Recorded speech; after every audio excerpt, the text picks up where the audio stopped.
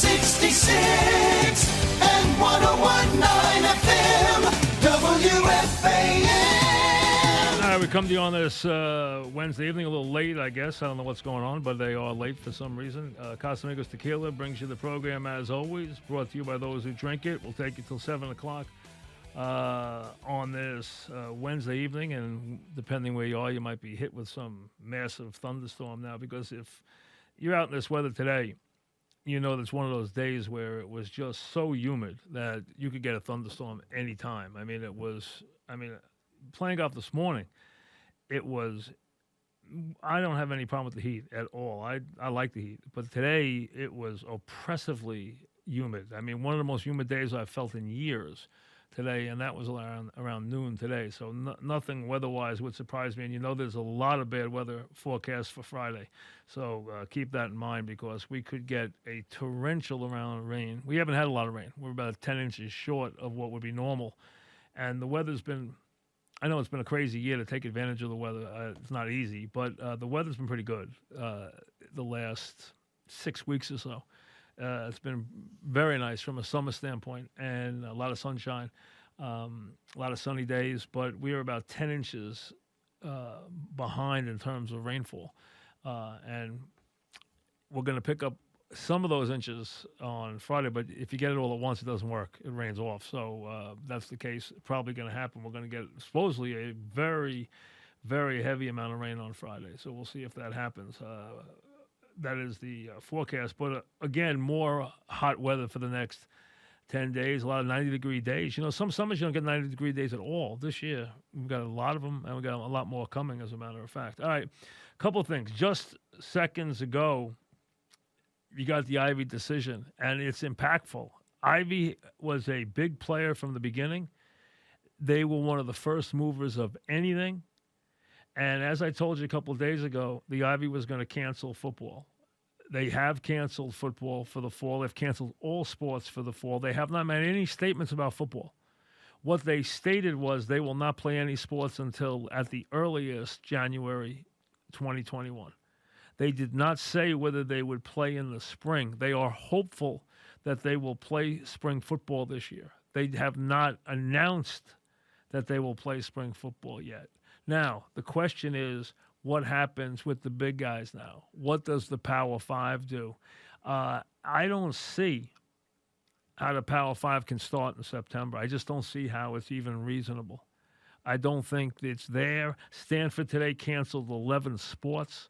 Stanford has always prided itself on having an incredible array of intercollegiate activities, one of the most varied and plentiful number of, they had 36 programs.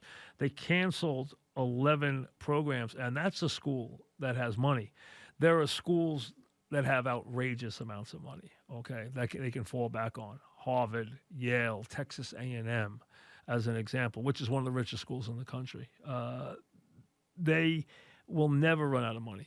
But a lot of schools are hurting, and what's going to get hurt first is the athletic programs other than football and basketball. And you feel for the kids who play those other sports in college, the sports that no one pays attention to, the sports that aren't revenue producing.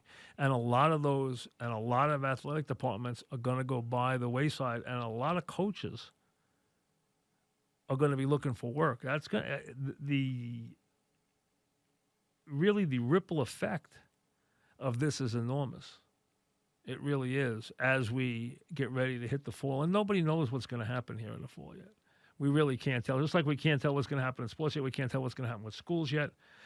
It's different every part of the country. Obviously, everybody's feeling the effects of the pandemic in a different way. But what the Ivy did today is enormously telling. And I think it is a harbinger of things to come as far as big-time football. I don't see how the Power Five plays this fall. Now, I think they want to play.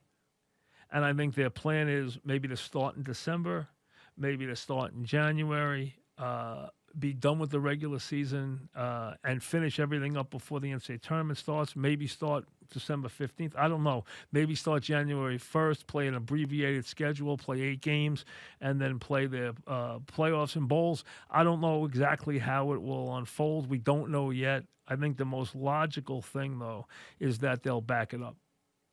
And this is a step in that direction today with the Ivy making this decision, which we expected. I would have been surprised if they had a different outcome. This is the outcome we expected. I talked about this a couple of days ago, and this is very, very important. This is a very big move. And a lot of the leaders in college football were waiting for this move before they did anything else. And this will be very impactful. The Ryder Cup, as you know, postponed. They did not want to play the Ryder Cup without fans because the Ryder Cup's about fans. Plus, they also knew that there was no way the Ryder Cup, which is an expensive event to put on, was going to make any money. Don't think that wasn't a major factor in this. I mean, if you don't have that place jammed, if you don't have people buying all kinds of stuff, buying packages to go there, buying all kinds of souvenirs, buying all kinds of golf shirts and jerseys and everything with a Ryder Cup logo on it and the patriotism that comes out in that event and everything else. Without that, it doesn't work. So what they've done is they've backed the Ryder Cup up to next year and then back the President's Cup, which was supposed to be at Quail Hollow in 21. That'll go in 22. And now the Ryder Cup will go, hopefully, in 21. We don't know if that's the case right now. That's the plan, that it will go in 21. You know, remember, next week you have Jack's tournament. They had talked about that being the first tournament where there were going to be fans in attendance. There were going to be spectators at the event. That's been canceled. There are no spectators at the event next week. So that plan by the boards. And what you see is nobody has taken an advanced step, meaning that in any sport, nobody has done more than they expected to do. Nobody said, you know what, this has actually worked out better than we thought. It's been easier than we thought, and we've been able to do more. Nobody has been able to do that in any area. It's been harder. It's been tougher to do, and things have been scaled back. And then today you get that with the Ivy decision. You're hearing a lot of stuff, folks, about the Mets. If you're a Met fan, don't get all hung up in this day-to-day process of having negotiations for $1 billion property covered like it's a ball game. It doesn't work that way.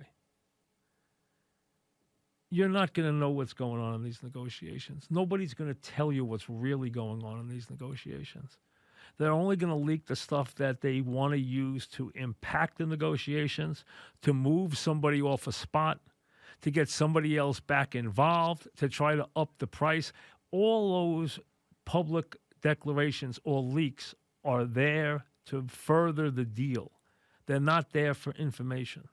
So don't buy into any of it. It's a game. It's a game that has just started. There are a bunch of players. Some of them are only looking to steal it. Those guys will be by the board soon. Others are looking to go in and make the right deal. And I'll tell you, some of the people that people have ruled out are not out of the game. I can tell you that. And don't think that there aren't more than a couple that want it, because just because someone came in and tried to lowball or tried to get in there and make a weak, and you've heard about all these weak offers and everything, I'm going to tell you, when the price of the team is announced, it will be significant. Nobody's going to steal the Mets. You don't steal a New York baseball team. Not in this day and age. You don't steal a property of that magnitude in this day and age. These franchises are worth too much money. Awful franchises in bad cities go for a fortune. Why? Because there is so much money and so much appreciation in these franchises. Nobody in any league loses money with their franchise. Nobody. Nobody sells their franchise 20 years later for less than they paid for it. They sell it for double and triple and 4 times what they paid for it. They might not always make money each year, but they don't have to. The appreciation is there. So when you're talking about a baseball franchise in New York, I'm telling you, when all is said and done, and I would make Steve Cohen the favorite, but I would not make him a lock, like a lot of people now. People who were ruling him out 2 days ago are now calling him a lock again. Hey, he was never out of it, and he's not a lock. There are other players in this game. Would I make him the favorite? I would. I think he's always been the favorite. First of all, he owns part of the team. Secondly, he's the richest player. Those are 2 reasons why he's a very, very prominent part of the deal.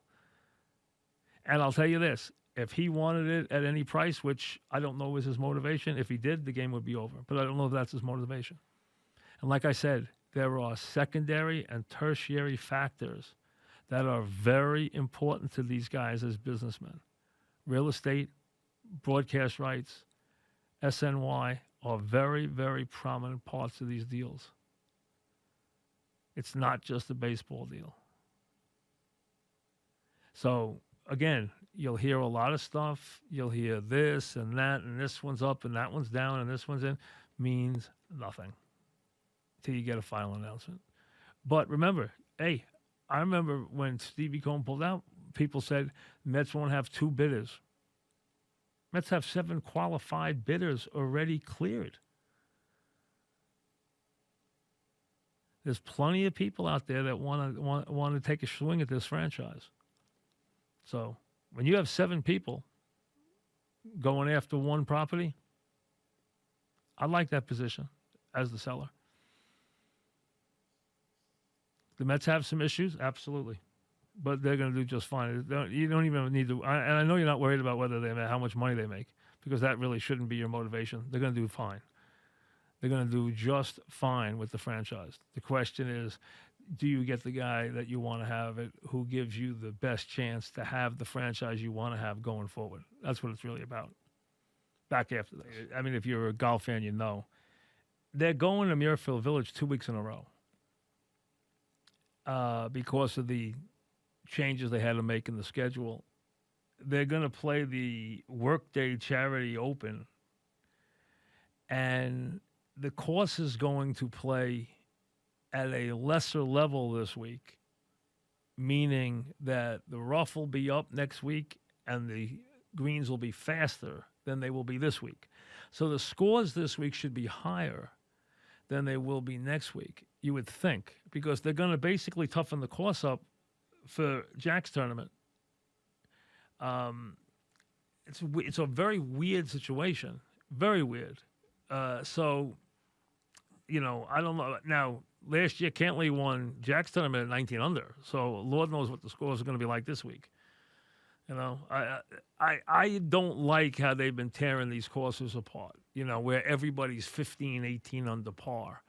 You know, listen, last week it was a bad field. DeChambeau was a heavy favorite. So, you know, seeing him win didn't surprise. You know, you're not going to pick anybody at 4-1 in golf. You'd be crazy to. And he was 4-1 going into the tournament, and he won. So, and he's been playing more consistently than anybody. This field obviously is a very solid field, but I don't like the idea that they're playing the tournament 2 weeks in a row. So it makes this one almost, to me, to be almost like a dress rehearsal for next week. I understand there's a big purse. You know, listen, you know, you win the tournament this week, you win a lot of money. But it's kind of strange what's going on there. It really is. John in West Hampton, what's up, John? What's up, Mike? I actually had a golf question, but Yes. a quick thing about the Mets sale that you were talking about earlier. I understand there's a deadline tomorrow for the first bids. Would it be possible that we could have this finalized and Cohen gets the team by tomorw? I doubt it.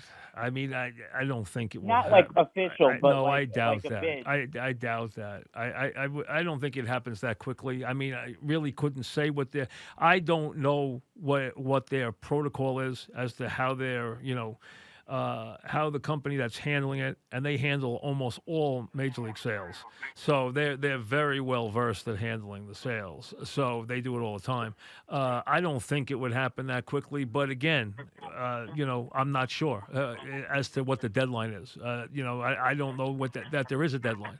To be honest with you, I don't think there is any specific date that they have to have this done by. To be honest with you, I thought the first round. no, bids no, had to what, be what, due no, by- no. There is a bidding process, but again, there is a bidding process. But again, once you know that you can change your bid. If the bidding process is there's an initial bid that goes in, but you're allowed to change your bids. If you are allowed, if there's going to be a second phase, then what's the difference? Why would you make your top offer your first one anyway? So, again, we're not going to be privy to everything that goes on in these negotiations. You'll just wait and see what happens. But like I said, I don't think that Cohn's the only player, but you would have to make him the favorite for a couple of reasons. One, he's got the most money, and two, he owns a piece of the team already, so it gives him an advantage. Got it. But quickly with my golf question. Yes. I know DeChambeau, you said was a 4-1, and he was the heavy favorite Last week, year, yes. Yes. But didn't you say he had no shot? I never said he had no shot. Absolutely not. I said he was the heavy favorite. He deserved to win. I said he deserved to be the heavy favorite. I never said he had no shot. Absolutely not. The guy's been the most consistent golfer in the country every week. He's been in the top 8 every week. 8 straight tournaments, he's finished in the top 8. I never said he had no shot. Absolutely no chance did I say that. I said he deserved to be the heavy favorite last week. I deserved to be. I didn't pick it, but I would never pick the favorite. I picked Fowler, and I picked List at 135-1, who actually was at one point only 2 shots off the lead on Saturday, late Saturday. Then he fell back on Sunday, but he was actually at one point he was 15 under, and they were 18 under at 135-1. And then Fowler had a big Sunday, but again too little, too late. I took Fowler at 28-1. I would never take the favorites. No, I said that he deserved to be the heavy favorite. Absolutely deserved it in a bad field. He clearly deserved to be the heavy favorite. Never said he couldn't win. Deserved to be the heavy favorite. He deserves to be the favorite right now in every tournament, every week. Right now, he's the most consistent player. I don't think he's the best player. I would still make Koepka the most logical winner of any major. But DeChambeau is going to be right now. And right now in Vegas, DeChambeau is the favorite to win the Masters in Vegas right now. I don't think he should be. I think Koepka should be. But DeChambeau is, because right now, in week after week, he's been the most consistent golfer. And he has taken his game to a very different level now. With his driving prowess, with the extra weight, with the driving prowess, with what he's doing, he's playing very consistent golf, exceedingly consistent golf. So he deserves to be there. And any tournament he's going to be in, he's going to be, if not the favorite, right there. And he is like I said, he is the betting favorite for the Masters right now. Vinny in Queens, what's up, Vinny? Hey, Mike, how you doing tonight? What's happening? Hey, listen, 2 things. I'm so glad that the Wilpons finally agreed to sell the team. Hopefully, we find it sooner rather than later. Well, you'll have a new owner for next year. Years of losing, Mike. I'm sick of it. And main thing, though, I want to say over under 35 wins for the Mets this year. Thank you. You haven't lost that. I mean, you have. If you look at the average teams in baseball, the Mets have been better than half the teams, more. I mean, they've been to a World Series, and they went to the playoffs back-to-back years. They've been to the World Series since more recently the Yankees have. So it's not like the Mets are dreadful; they're just inconsistent. Alan Forest Hills, what's up, Al? How you doing, Mike? Good. What's happening? I'm very disturbed about these comments made by Deshaun Jackson. Not only the comments he made, but the lack of anybody coming down on him. Oh, the team came down on the team, pounded him. What are you talking about? They haven't suspended him, haven't fined him. Hey, he can't. Is that going to make it better? I mean, you want why? Because he already apologized. Out of the league. He already apologized. His apology was ridiculous. All right. Well, you didn't accept it. It's up to the owner to accept it, not you. You don't think there's a double standard? There is a double standard. I've told you many. Listen, you've learned. You know that I feel there is a double standard. So Okay. Well, then but I you know agree what? with But there's a lot of double standards in life. There's a lot of times where we, as the majority, have huge advantages. This is one place where we don't have an advantage. I've said that many times. Okay, minorities can make statements on in public that the majority can't make. So what? That's the way it is. Just learn to live with it. That's all. I've known that for a long time. Charles Barkley can make a statement that I can't make. Okay, that's fine. There's no big deal about that. This is one case where he has, a little more freedom. That's all. So what's the big deal? We've known that forever. So, I mean, it's not, once you realize that, it's not the end of the world. Listen, he made awful, reprehensible statements. The team jumped on him. He apologized. Whether you accept this apology or not, it's up to you. If you don't want to, I understand. And that's, to me, I'm not going to, worry about it too much. I mean, there's a lot of players out there. A lot of them are going to make dumb statements. And some people sometimes are going to make hateful statements. What are you going to do?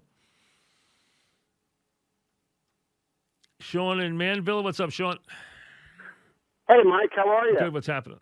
Long-time listener, first-time caller. You got me through some very tough days in my life. I appreciate it. Well, my pleasure. What's happening? I have a question about golf, in particular about DeChambeau. Mm-hmm.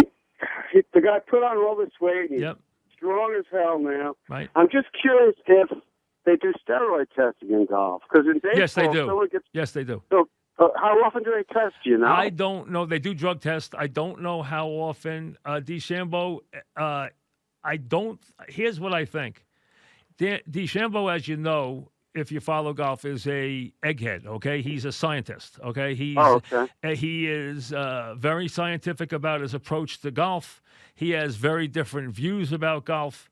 He also decided that if he bulked up, that he would, with the added driving distance, would gain an advantage. He clearly has. He is driving the ball much, much better and much more efficiently.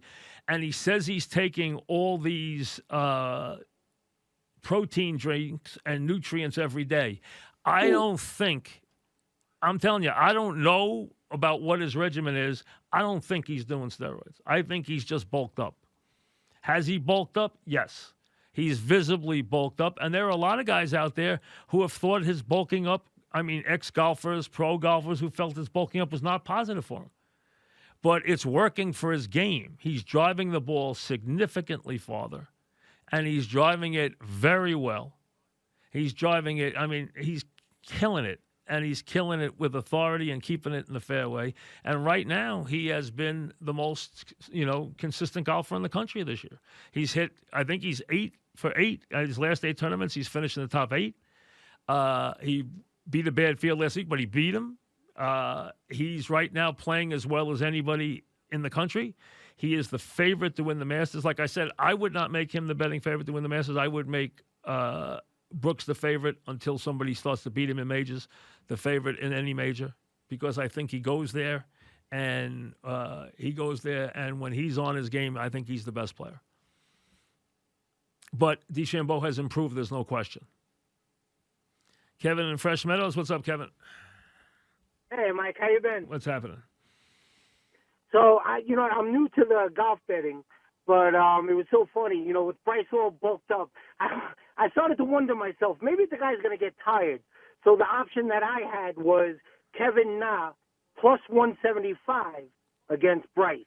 So I took a shot on that, and it came in, and then I went with Dustin. What do you mean, the first Todd, day? And that came in. What do you mean, the first day? No, the fourth round. The fourth round. So yeah. But how many under was? I don't remember what Nas shot the last day. What did he shoot? They were tied going into the last day, and then he beat him by a stroke. Well, what do you mean? DeChambeau won the tournament. I'm not sure what you mean. I thought you meant that maybe in the opening round. I don't remember who outshot whom in the opening round. DeChambeau won the tournament. He won the tournament, DeChambeau. So Knock couldn't have beat him for the tournament. DeChambeau won. So he finished 23 under par. He won the tournament. So I'm not sure what you mean. Okay. Chris in the Bronx. What's up, Chris? Hi, how are you? Good. Listen, I agree with you on DeChambeau. I don't think he's on steroids. He has kind of a look of someone who's just putting on a lot of I calories. agree. I also think ripped. he's a scientist. I think he is a purist. I don't think he would do steroids. I agree with you completely. And he has that extra weight. Like, he's not just ripped. He's got extra weight. He's got bulk to him. He's got bulk to him. I agree. He's got he almost got a little heavy feel to him. You know, more than he's not ripped. But as you said, he's a scientist, and he's figured out how this is going to work for him. It is working. I mean, he's driving the ball consistently over 350. It's ridiculous. Yeah, I mean, he actually drove it. I was watching the other day on one of the holes. He drove it 376. He outdrove the guy by about 60 yards. It was unbelievable. It is great to watch too, because golf can be a little boring when Tiger's not. Hey, in the field. and it's funny. Really He's not very popular with the other players either. Which makes it a little more interesting because he's a guy. He's quirky, so he's not overly popular with some of the other guys. And he's done a couple of things where he's a little bit of a loner. That's what he does all the different things with his clubs and all the different stuff and all the different permutations. He's got a military guy as his caddy. I mean, he's got all this crazy stuff, but it's working for him. So good for him. I think he's good for the game. Anytime you bring another good player into the game, I think it's good for the game. That's all. But true, I would still make Koepka the favorite. If you're asking me, I'll make Koepka the favorite for the Masters just because it's Koepka. Koepka he's a great driver of the golf ball. He's an excellent putter, but he tends to get streaky, and I don't know, his game just doesn't seem right. But now. his game's. If you look at the last 8 majors, he's been by a mile the best player in the world. He is, and of course we can never forget Tiger because at Augusta. I don't think Tiger. Listen, I'm not knocking Tiger, but I think everything fell Tiger's way in that Masters. I think Tiger. I'm not saying he was lucky. I just think everything fell his way in that Masters. I don't think Tiger is in the top 5 favorites. I think Tiger's at least below the top 5 players going into the Masters. At least. Behind Koepka, behind DeChambeau, behind Dustin Johnson. I would put him behind a bunch of players. I think there's at least 5, maybe 6 or 7 players who I would put ahead of Tiger for the Masters. I don't think I'd put 15 ahead of him, but I think I'd put 5 or 6 ahead of him for sure. Back after this. Not much.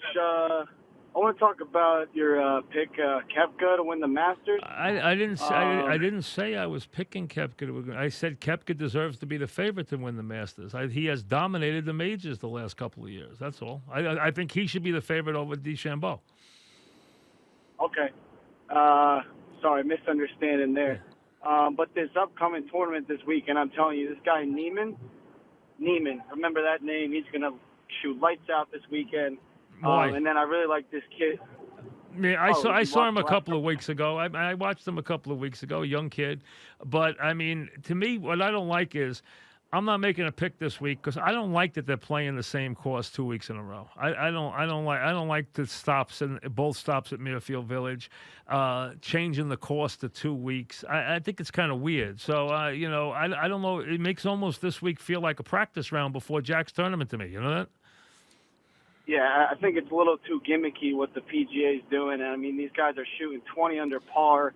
It's getting boring to watch. You see, I agree. I agree. It has bothered me. I think it's been a negative when these guys go out and everybody is 18 under par. And the win is 23 under par, and nobody's challenged on any hole. I agree with you. We need them to play the good courses and get some good golf in there. So I agree with you. These courses, like we saw the last couple of weeks. Now, last week was a weak field. I understand that, but they have just torn these courses up. Absolutely. And I do think it hurts. It makes it boring. I totally agree. to see these guys shoot 61, 62. You got to shoot 65 to be in the running. You got to shoot 64 to be in the running. I agree with you. I do think the way the courses need to be more challenging. I agree with that. Danny in Hoboken, what's up, Danny? Hey, Mike. Thanks for taking the call. Yeah. I just had a question in terms of the return to sports, across the globe. So one organization that I think has been handling it much better than the others, I don't know if you've been paying attention to it, has been the UFC. And kind of what they're doing, they built this fight island in Abu Dhabi. Do you think in an effort to, combat what's going on with the rising cases in the U.S., as well as supplement their brand internationally, do you think some of these leagues could potentially look to go overseas to complete the season? God, no. No, absolutely not. I mean, to play our major sports outside the United States? If you can get a season done. Well, wait a second. Where would you play baseball? They're playing baseball in Korea and So China wait, you now. want the New York Yankees and the New York Mets to go to Korea to play baseball? They're trying to build their brand internationally. Come on. They've been trying to do that for years. You think that kind of defeats the purpose? Why? If they're not going to allow fans in the stands in the U.S., then what So does it go matter? play in Korea? Wherever. Europe, if the case. Well, wait, they're there down are no baseball fields in Europe. They don't play baseball in Europe. You can't build a baseball stadium In the next 3 weeks? No, not weeks. I mean, if this really gets. No, listen, Danny. I understand. You're talking about. All you need is you're talking about a sport that needs nothing to be put on versus major sports which need so many things. Just creating the bubble in Orlando has cost the NBA $150 million, and that's in Orlando. And they already had everything there. I mean, what you said makes no. I mean, listen. I'm not trying to. Listen. It's just sometimes you have a bad idea, but that's a bad idea. That's not. That defeats the purpose. It really does. The idea of taking American sports and putting it somewhere else in the world, and then bringing it back to us, and televising it from somewhere else in the world. I don't see that working. I don't think our players are going to be too thrilled about that either. Brian in Westbury, what's up, Brian? This week's golf, right? So Yeah. I'm kind of, I got into betting on the golf. And Yeah. stuff. So I was looking at somebody in the middle of the pack. They got this guy, John Santonio. He finished in the middle of the pack. I don't know what his odds are. Do you know? I'd have to look. I don't know. I mean, I don't even know. I didn't even hear the name you said. I mean, but I'd have to look up the odds. You can look up everybody's odds. I mean, they're there. But remember, most of the guys, the favorite, if it's a bad field, the favorites, like last week, there were not a lot of top players in there. So DeChambeau was 4-1, which is very small. In most regular tournaments, the favorite's about 9-1. 8-1, 9-1 is the favorite. A guy who's the fifth or sixth favorite's 20-1. Everybody after that is 35, 40, 50, 100, 150. You remember the odds on a lot of these guys, they don't win a tournament in 3 years. Winning the tournament, only one guy can win the tournament that week. You got a lot of guys playing. You got 140 golfers playing. Only one of them wins. So you're going to put in odds on every single guy. The favorite's going to be 8-10-1 in a lot of these tournaments. So, I mean, that's how it works. Now, if you pick out a guy who's not a top 20 player, he's going to be at least 50, 60-1 minimum to win the tournament. That's how it works. We look at the date. I look at back to the date for Mantle and Bernie. Bernie, this was a game against the Mets. It didn't really do much back on 0-1. But for Mantle, it's an interesting day. 7-8-66, played a doubleheader against the Senators. Homered in the first game. They lost. Homered in the second game. He won. He played both games at a doubleheader. Here's the fascinating thing. On this date, July 8th, in 66, Mantle had 18 homers and 41 RBIs on July 8th. You know what he finished with? 23 homers and 56 RBIs for the season. Think about it. On July 8th, he had 18 homers. He finished with 23. Why? He had played in 108 games. He had 330 at bats for the year. So he hit 23 homers and 330 at bats. And in those years, 63 he had 213 at bats. 65 he had 400 at bats. 66 he had 390 at bats. That was a big thing. You couldn't get him in the lineup. His power was still there. 23 homers and 300 at bats is a lot of home runs. Really is. Kevin in Milford, what's up, Kevin? What's up, Mike? How are you, buddy? Good, what's happening? I'm just thinking with the 60 games, there might be a 400 slugger out there. 400 hitter? 400 hitter? Yeah, for him. Yeah, it could happen. But, if somebody hits 400, if I've heard this brought up a bunch of times, if somebody hits 400 in 60 games, nobody is going to say that he's the first guy since Ted Williams to hit 400. You're going to have to do it over 162 games for it to count. Doing it over 60 games, it could happen. I mean, I'm sure there's been 60-game spans in the last 50 years where somebody I mean, I know in 56, Mantle was hitting 400 for a while. I know at times George Brett was hitting 400 in the year. He hit 390. I'm sure Rod Carew had some times where he was hitting 400 over 60 or 70 games. Tony Gwynn might have. So somebody could do it, but it's not. Listen, anything that is set on that kind of, like somebody has an ERA that's really low, or somebody hits 400. Those would be the numbers, because you're not going to put any quantitative totals together because you're not going to have enough games. So, but I mean, if somebody does that, nobody's going to act like it was done in a full season. It was done in a third, done in basically a little more than a third of a season, and it will be judged as such. That's all. Juan in the Bronx, what's up, Juan? Hey, Michael, how are you? Good. What's up? Listen, thank God at least we have you, Michael. I am sick. If I don't get sports soon, Michael, I mean, I'm sick of all my children. I'm sick of reruns of Roseanne. I'm sick of the Bachelorette and the fake laughter shows like I understand.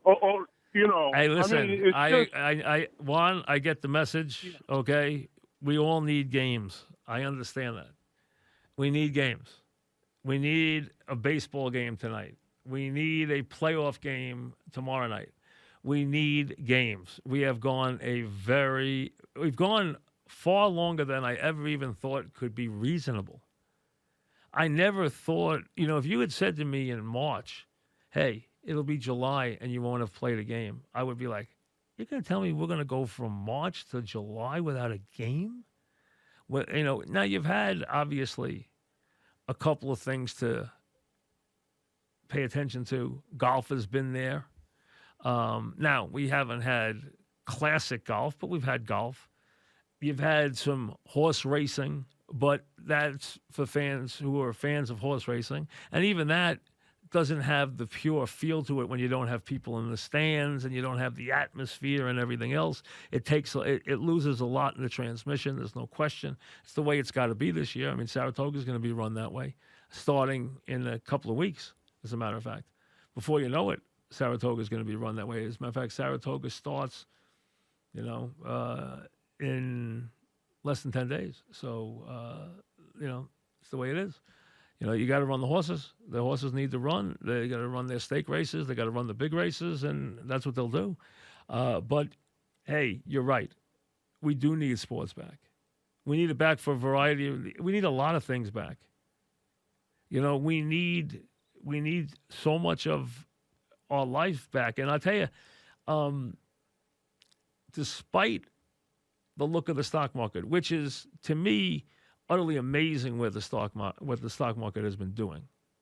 Okay, and if you pay attention to the stock market, you know what I'm talking about. How it just continues to go up, and certain stocks just continue to go up, despite what the news of the day is. But to me, our return, or our attempted return to normalcy, has not gone well. The stores are not easy to go to. You go to the store, and you got to wait outside because you got to wait online to get into a store. Who wants to spend money at a store and want to wait online to go to the store? No one. I'm talking about to go to a clothing store or a department store or something like that. Who wants to wait outside, or the Apple? Who wants to wait outside on a line for an hour to go into the store? No one. Rather not go. Hey, you're going to take my money. At least I shouldn't have to wait outside for an hour to give you my money. And it's not their fault, but that's the protocol now. So we aren't back in any real way. Restaurants aren't back. We still can't go see a Broadway play, which is closed in January. Can't go to a concert. Can't go to a ball game. Still can't go eat in a restaurant in a real way. Malls are still closed. Indoor malls are still closed. Nothing is the same. Nothing has come back exactly the same. So to me, we still have had to dramatically sacrifice our way of life, and it's been a very long time now. And that's why if sports can come back over this summer, it will be a very big positive. It will be a very, very positive diversion for the rest of the summer. Because a lot of people can't go on vacation this summer for a variety of reasons. A lot of the places you would go to can't take you. And hotels aren't open, or, traveling is not what's called for right now. So there are so many things that are restrictive right now in our lives. It would be a big positive to have sports come back. And I'll tell you this, should they not come back in the next couple of weeks, I think we are going to psychologically take a severe hit.